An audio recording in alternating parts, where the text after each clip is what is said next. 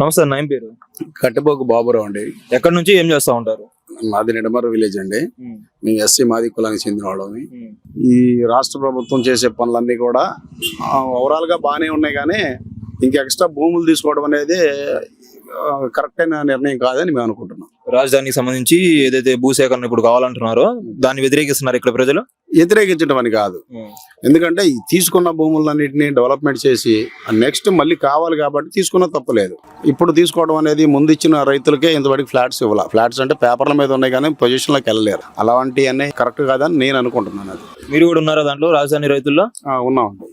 ఎన్ని ఎకరాలు ఇచ్చారు? 6 ఎకరం ఇచ్చాం. ఎస్ఎల్కి ఎన్ని ఉంటాయండి? ఎకరం 6 ఎకరం 30 సెంట్లు ఉంటేనే ఎక్కువ. మరి ప్లాట్ అలాట్ చేయడం జరిగిందా? జరిగిందండి. ఎంత ఇచ్చారు? అది 6 ఎకరానికి వచ్చేటప్పటికి 500 గజాలు వచ్చినాయి. 500 గజాలు. సో ఎప్పుడు ఇచ్చారు ఇది? మేము 2015లోనే ఇచ్చాం. 15లోనే ఇచ్చారు. 15 ఇచ్చాం. ఫ్లాట్లు కూడా వచ్చినాయి. అయితే ఇప్పుడు రాజధాని కట్టాలంటే నాకు ఇంకా ఎక్కువ మొత్తంలో కావాలి, నేను సరిగా అలొకేట్ చేసుకోలేకపోతున్నా, పెద్ద పెద్ద సంస్థలు వస్తున్నాయని చెప్పి అంటున్నారు. మరి ఆ దిశగా మరి ఆలోచించవచ్చు కదా, మరి ఇక్కడ ప్రజలు ఎందుకు ఆలోచించట్లేదు? అలాగా ముందు ఇది డెవలప్ చేసినాక ఎక్స్ట్రా తీసుకోమనండి. మేము కూడా అదే అంటున్నాం. మేము కూడా స్వాగతిస్తాం వస్తే, ఎందుకంటే మేము కూడా బయటకు వెళ్ళాల్సిన పని లేదు. పిల్లలందరూ కూడా చదువుకుంటే ఇక్కడే ఉంటారు. మేము కూడా దాన్ని స్వాగతిస్తాం, కానీ ముందు తీసుకున్నదాన్ని డెవలప్ చేయాలి కదా, అది మా ఉద్దేశం. సరే, ఈ 11 నెలల కాలంలో డెవలప్ చేస్తున్నాను, అమరావతి అనేది శరవేగంగా జరుగుతుంది, 3 ఏళ్లలో కంప్లీట్ అవుతుందని చెప్పి నానా మాటలు చెప్తా ఉన్నారు. నిజంగా అలా కనిపిస్తుందా? ఇక్కడ పరిస్థితి మొత్తం కూడా 11 నెలల్లో ఎలా జరిగింది పనులు? ఏమేం పనులు జరిగినాయి? ముందు ఈ రాజధాని ప్రాంతంలో జంగిల్ మొత్తం క్లీన్ చేశారు, అది ఒకటి కనిపిస్తుంది. ఇప్పుడే స్టార్ట్ అయినాయి కొంచెం వర్కులు, ఇప్పుడే స్టార్ట్ అయినాయి అని అనుకుంటా. సంవత్సరం తర్వాత కూడా ఇంతవరకు మాత్రం ఏమీ జరగలేదు.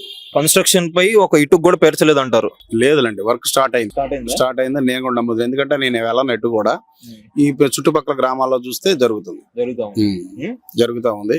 అయితే నా ఉద్దేశం ఒకటే, తీసుకోవాల్సిన భూములను తీసుకోండి కావాల్సి వస్తే. ఇప్పుడు నాకు నేను 2 సెంట్లలో ఇల్లు కట్టుకున్నానండి. అదే ఇల్లు కట్టుకోవాలంటే ఒక పెద్ద అతను చౌదరి గారు రెడ్డి గారు అయితే వాళ్ళు 1 ఎకరంలో ఇల్లు కట్టుకుంటారు. వాళ్ళకి మనకి చాలా వ్యత్యాసం ఉంది కదా. మనకి గూడు కావాలి, వాళ్ళకి విలాసవంతమైన ఇళ్ళు కావాలి. అది మనం పడుకునేది ఒక రూమ్ లోనే, కానీ విలాసవంతమైన స్థలాలు కావాలి. అది కానీ నేను ఒకటే చెప్తున్నానండి, ఈ చుట్టుపక్కల ఎంత గొప్ప కాలేజీలు వచ్చినా క్యాంపస్లు వచ్చినా కానీ చంద్రబాబు నాయుడు గారు 2014లో ఇక్కడికి వచ్చినప్పుడు ఒక మాట ఇచ్చారు. ఇక్కడ ఉన్నటువంటి కంపెనీల్లో కావచ్చు, స్కూళ్ళల్లో కావచ్చు, కాలేజీల్లో కావచ్చు, యూనివర్సిటీలో కావచ్చు, ఇక్కడ ఉన్నటువంటి ప్రజలకి మినిమం 25% ఇస్తా ఉన్నాడు. సీట్లు కావచ్చు, చదువుకునే పిల్లలకి సీట్లు రిజర్వేషన్ లాగా ఇస్తానన్నాడు. అది అమలు పరచాలి, దాన్ని పబ్లిక్ నోటిఫికేషన్ ఇవ్వాలి. అది క్యాంపస్లో పోయి అడిగితే మీ పాపకి ఎన్ని వచ్చినాయి, మీ బాబుకి ఎన్ని మార్కులు వచ్చినాయి, మీ పాపకి 70% మార్కులు వస్తేనే మా క్యాంపస్లో తీసుకుంటాము అనేది ఒక కండిషన్ పెడుతున్నారు వాళ్ళు. ఏపీ ఎంసెట్లో రాస్తున్నారు. ఎంసెట్లో వస్తే ఎక్కడైనా ఇంజనీరింగ్ కాలేజీలో సీట్లు వస్తాయి, కానీ ఇక్కడ పబ్లిక్లో ఉన్నాయి. విట్ కానీ, ఎస్ఆర్ఎం కానీ, అమృత కావచ్చు, ఇవన్నీ కూడా పబ్లిక్ నోటిఫికేషన్ ఇవ్వాల్సిందే. 29 గ్రామాల్లో ఎంతమంది పిల్లలకి ఇచ్చారో అది కూడా నోటీస్ బోర్డులో పెట్టాలని నా ఆలోచన. ఎందుకంటే గతంలో కూలి పని చేసుకున్నాం మేము, మా పిల్లలు చదువుతున్నారు, ఇప్పుడు కాసాకొస్తే చదువుతున్నారు. వాళ్ళకంటూ విద్యను అందించాలనేది నా ఉద్దేశం. అంటే నా ఉద్దేశం కాదు, జనరల్ గా చాలా మంది చూస్తారు, అందరూ అలాగనుకున్నారు. చంద్రబాబు గారు ఇస్తారనుకున్నారు. మాకు పబ్లిక్ గా నోటిఫికేషన్ ఇవ్వాలి. దాన్ని ఇచ్చినప్పుడు కూడా అది ప్రతి గ్రామ సచివాలయంలో కూడా ఉంచాలి. ఇక ఈ అవసరం యూనివర్సిటీలో ఇన్ని సీట్లు ఇచ్చాము, ఈ పలానా పిల్లల ఎవరికి ఎస్సీ పిల్లలకి ఇంతమందికి ఇచ్చాము, ఎస్టీలకి ఇంతమందికి ఇచ్చాము అనేది చూపించాలని నా ఆలోచన. ఎందుకంటే మాకు అన్ని తెలుసుకున్నంత చదువులు మేము చదవలేదు కాబట్టి మాకు తెలియదు. మేము పేపర్లో వేసాంగా, పబ్లిక్గా అట్లా చేసామనేది మాత్రం కరెక్ట్ కాదని నేను అనుకుంటున్నాను. గ్రామ సచివాలయంలో ఖచ్చితంగా నోటీస్ బోర్డు అంటించాలి, అది నా ఆలోచన.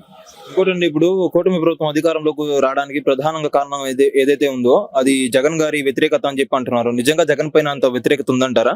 ఖచ్చితంగా ఉంది. ఏ విషయాల్లో ఉందంటారు? జగన్ గారు స్టార్టింగ్ లో చెప్పాడు 33,000 ఎకరాలు తీసుకోవడం కాదు, 50,000 ఎకరాలు తీసుకోవాలని చెప్పారు అసెంబ్లీలోనే.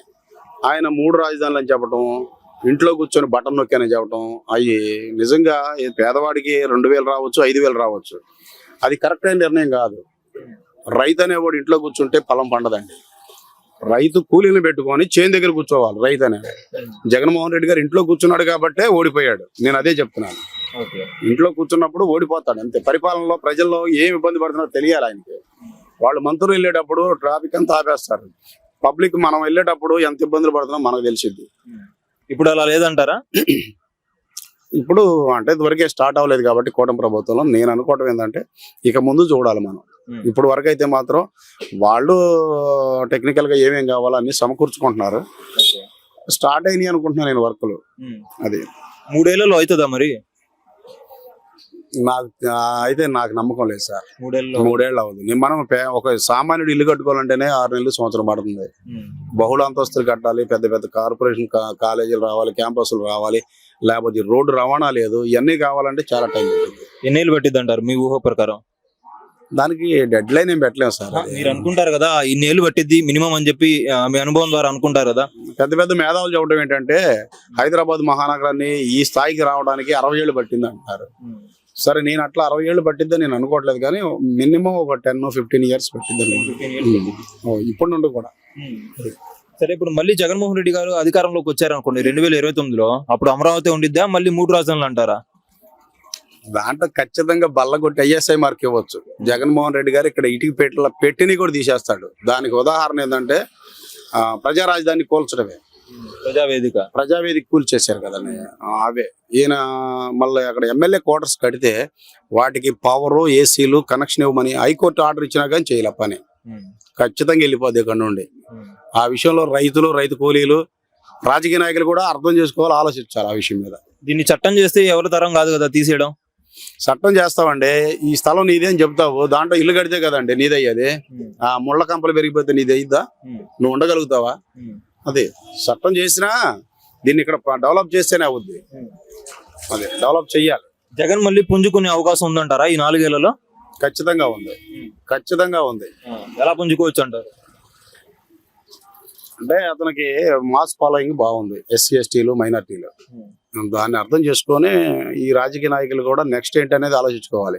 వాళ్ళని అరెస్ట్ చేస్తే కక్ష సాధింపులు, వీళ్ళని అరెస్ట్ అయితే కాదు, అవి తప్పు మాటల్లో. ఎందుకంటే వాళ్ళు నోటికి వచ్చిందలా మాట్లాడారు, పబ్లిక్ లో రోడ్డు మీద న్యూసెన్స్ మాట్లాడినట్టు మాట్లాడారు. అది కరెక్ట్ కాదు. దానివల్లే జగన్ ఓడిపోవడానికి కారణం కూడా 3 రాజధానులు ఒక ఎత్తు అయితే, ఈ రాజకీయ నాయకులు మాట్లాడిన అసెంబ్లీలో కానీ బయట కానీ మాట్లాడే తీరే కరెక్ట్గా లేదు. అది ఎవరైతే అలా మాట్లాడారో వాళ్ళందరూ కూడా దాని యొక్క పర్యవసనాలు ఇప్పుడైతే అనుభవిస్తున్నారు. వల్లభనేని వంశీ గారిని జైల్లో వేశారు, 3 నెలలు ఉంచారు. ఎలా మారిపోయారు చూసారా మీరు? అది నిజంగా కక్ష సాధింపు అంటారా? అలా చేయడం కరెక్టా? అంటే పనిష్మెంట్ ఇవ్వడం ఓకే, కానీ అలా రూపు మాపులు మొత్తం కూడా మారిపోయేలాగా 20 కేజీలు తగ్గారంట 3 నెలల కాలంలో. దాన్ని మీరు సమర్థిస్తారా మరి? 20 కేజీలు తగ్గొచ్చు, 30 కేజీలు. బోరుగడ్డ అనిల్ వేశారు, 30 కేజీలు బరువు తగ్గాడు. అంటే బోరుగడ్డ అనిల్ ఎస్సీ మాలానే, అదే వల్లభనేని వంశీ సౌదరినే. నందిగం సురేష్ లోపలేశారు, 6 నెలలు బయటికి రాలేదు. మరి ఆయన ఎస్సీ మాదిగా ఆయన చేశాడా మర్డర్ చేయకపోయినా కానీ ఆయన వేశారుగా. అయ్యి కాదు అసలు, వాళ్ళు మాట్లాడే తీరు బాగాలేదు కాబట్టి ఏదో వంక చూపించి లోపలేశారు. అంతేగాని చంద్రబాబు నాయుడు గారు ఇక్కడ రాజధాని కట్టలేదని చెబుతుంటే ఇన్నర్ రింగ్ రోడ్ లో నీకు స్కాములు జరిగినాయి అని చెప్పి చంద్రబాబుని అరెస్ట్ చేయలేదా? అది కరెక్టేనా మరి? స్కిల్ డెవలప్మెంట్ కేసు కదా అరెస్ట్ చేసింది. స్కిల్ డెవలప్మెంట్ కేసే. నీకు అదర్ డెవలప్మెంట్ చేసి సగం వర్క్ చేసిన కార్డులో ఎక్కువ లబ్ధి పొందాడంటే అరెస్ట్ అయ్యి, ఎవిడెన్స్ లేకుండా అరెస్ట్ చేసావు, తర్వాత 50 రోజులు లోపల ఉంచావు. దానివల్ల ప్లస్ అయిందంటారా చంద్రబాబుకి? 100% ప్లస్ అయింది. దాంట్లో అసలు ఏ మాత్రం డౌట్ లేదు. అంటే జైల్లో వేస్తే ప్లస్ అయిపోద్ది ఎవరికైనా? జైల్లో వేస్తే ప్లస్ అవ్వదు, అన్యాయంగా వేసారు కాబట్టి ప్లస్ అయింది. నా పేరు కృష్ణారెడ్డి. ఎక్కడి నుంచి ఏం చేస్తా ఉంటారు? నేను వ్యవసాయం చేసుకుంటాను, మైలవరం. సరే పెద్ద, కూటమి ప్రభుత్వం అధికారంలోకి వచ్చి 11 నెలలు అవుతా ఉంది కదా, పరిపాలన ఎలా అనిపిస్తుంది? జనాలకి బానే ఉందా? బాగానే ఉంది, అంతవరకు బాగానే ఉంది. బానే ఉంది అంటున్నారు. ఏమేమి వచ్చినాయి మీకు? మాకు ఇంతవరకు ఇంకేం రాళ్ళు వస్తాయి అంటున్నాడు కదా, మెయిన్ అదే జూన్ నెలలో రైతు అన్నదాత ఏదో ఆ పిల్లలు కూడా అంటున్నాడు. ఇంకా చేస్తున్నారు, రోడ్లు అన్నీ బాగానే ఉన్నాయి. అది రోడ్లు బాగున్నాయా? రోడ్లు వాళ్ళు చెప్పినట్టు పూర్తి స్థాయిలో మరమ్మతులు చేశారా? చేస్తున్నారు. ఇంకా ఉన్నాయా చేయాల్సి? చేయాల్సి చేస్తున్నారు. అయ్యానా చేస్తారా లేదా మరి? చేస్తారు అనుకుంటున్నాం, మనం చేతిలో. జగన్ ప్రభుత్వం బాగుందా, ఈయన ప్రభుత్వం బాగుందా? ఈ ప్రభుత్వం బాగుంది, జగన్ ప్రభుత్వం బాగుంది. జగన్ ప్రభుత్వం ఎందుకు బాగలేదు? ఆయన ఏం చేశాడు? ఒక మట్టి వేసాడు రోడ్డు మీద, సిబ్బి కూడా అయినా రోడ్డు మీద పోవాలంటే మరీ దరిద్రంగా ఉంది. అది చేస్తాం. సరే పెద్ద, ఇప్పుడు కూటమి ప్రభుత్వం అధికారంలో రావడానికి ప్రధానంగా సూపర్ 6 హామీలని బాగా వర్కౌట్ అయ్యాయి. మరి అవి పూర్తి స్థాయిలో ఇంకా అమలు చేయలేదు కదా, జనంలో ఏమైనా వ్యతిరేకత ఉందా? ఏం లేదు, వ్యతిరేకత ఏం లేదు. మెల్లగా వాళ్ళు ఇచ్చినప్పుడే తీసుకుందాం అనుకుంటున్నారు. అంతే. వైసీపీ వాళ్ళు ఎక్కువ వ్యతిరేకత ఉంది, ఇప్పుడు పెట్టిన ఎలక్షన్ మేమే గెలుస్తాం అంటున్నారు కదా. అవన్నీ మొత్తం మాటలు ఏం లేవు అంటారా? ఈ ఫ్రీ బస్సు సంబంధించి మీకు తెలుసా అండి? వస్తానే అన్నారు, రేపు 2 నెలల్లో వస్తాయి అన్నారు. అసలు పెట్టాలంటారా ఫ్రీ బస్సు అవసరం మనకి? ఏదో అందరూ అనుకున్నారు కాబట్టి పెట్టాలి. దానివల్ల నష్టాలు కూడా ఉన్నాయిగా చాలా మందికి. గవర్నమెంట్కి ఉంటుంది నష్టం, మనకి ఉండదు కదా. మనకెందుకు ఉండవు? మనం వెళ్ళి రేపు నించొని పోవాలి. పోవాలి. సీట్లలో మొత్తం ఆటోలే కూర్చుంటారు, మనం నించొని పోవాలి. హైదరాబాద్కి వెళ్ళావా ఎప్పుడైనా? నేను హైదరాబాద్కి వెళ్తే తెలుస్తుంది ఆ ఫ్రీ బస్సు సంగతి ఏంటో, దాని నష్టాలు ఏంటో. నేనైతే ఎప్పుడే హైదరాబాద్ వెళ్ళాను వరకు. సరే పెద్ద, ఇప్పుడు చంద్రబాబు నాయుడు గారు అమరావతిని పూర్తి స్థాయిలో కట్టుబడి చేస్తాం 3 ఏళ్లలో అయిపోద్దని చెప్పి అంటున్నారు. 3 ఏళ్లలో అయిద్ది అంటారా? 3 ఏళ్ళు అవ్వదు. రోడ్లు అయితే అవుతాయి అనుకుంటాం. రోడ్ల 3 ఏళ్లలో రోడ్లేనా అయ్యేది? అయితే ఇది మరి అన్నీ అవ్వయ్యా. ఎన్ని ఏళ్ళు పట్టిద్ది అంటారు నీ అంచనా ప్రకారం? ఇంకా ఇంకోసారి వస్తే అప్పుడు పట్టింది. ఇంకోసారి వస్తే. సరే, మోదీ గారు మనకి అమరావతికి కావాల్సినటువంటి నిధులు మొత్తం సమకూరుస్తామని చెప్పి అంటున్నారు కదా, ఇస్తారంటారా? ఇస్తాడు. లేకపోతే మళ్ళీ గోల్మాల్ అయిపోయి మీరు మేము అని చెప్పి అనుకుంటారా? అదేం జరగదు అనుకుంటున్నాం. ఏం జరగదా? మొత్తంగా ఈ 11 నెలల కాలంలో ఈ పరిపాలనకి ఎన్ని మార్కులు వేస్తారు మీరు? బాగానే 80% వేయచ్చు. 80% వేయచ్చు అంటారు. 11 నెలల్లోనే 80% వేయచ్చా? ఇంకేం లేవా సమస్యలు ఏమైనా ఉన్నాయా ప్రజలకి? ఇంకా మనకి తెలియదు కదా పెద్దగా. పథకాలు ఒక్కటే సమస్య?